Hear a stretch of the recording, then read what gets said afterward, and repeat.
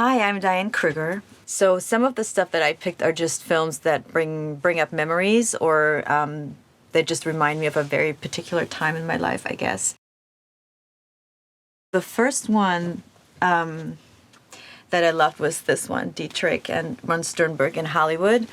So Marlene Dietrich, I have a very special connection to because I'm German. And when I grew up in Germany, I remember my grandfather being very upset when my grandmother would want to show me pictures, movies of Marlene Dietrich. Like, don't watch this, don't get the kid to watch it. And so, of course, I wanted to watch it even more and more and more.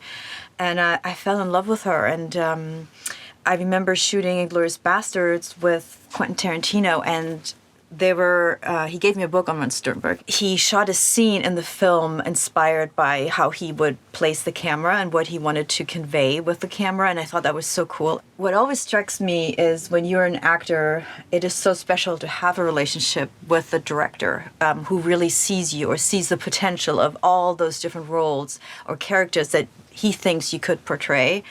And those relationships have always fascinated me, and so I love this, and I really recommend this. This is awesome. Thank you. So this one is Easy Rider, Dennis Hopper. My very first movie was with Dennis Hopper. He played my dad, and I was still in drama school when we made this film. Not a very good film, but I was so incredibly impressed by him. And he really taught me all the basics of being an actress. Like, if you don't see the camera can't see you, which seems pretty obvious, but it wasn't so much to me. Obviously, I'd seen this film before I met him, but I always like to watch it because I think he's one of those actors who really rebelled against the conformities of what Hollywood can be and who always stuck to his guts. And, he became Dennis Hopper by being true to himself and just never giving in. So, good one. Oh yeah, this is cool. Fish Tank, Andrea Arnold.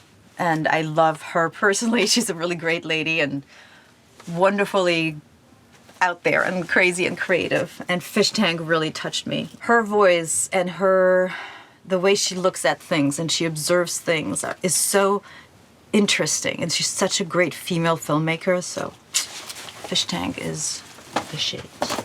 Oh yes, so this is In the Mood for Love by Wong Kar-wai.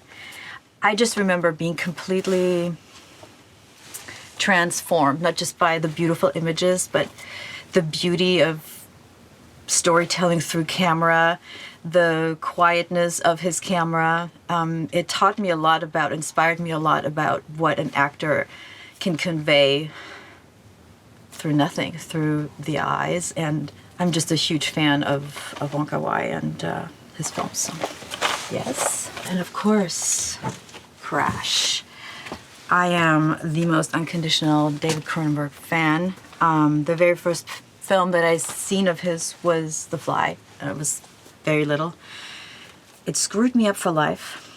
And then Crash is something that I discovered later. It is very rare, I think, to have a director who builds a body of pictures that are so diverse, but yet have that very specific tone, and you know exactly what movie you're watching, what filmmaker made that film.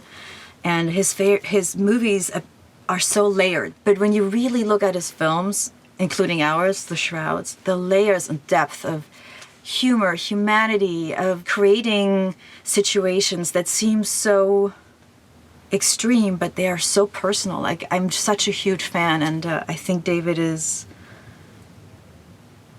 definitely one of the best directors that I've ever worked with, and I think his films stand the test of time, and they're just so great.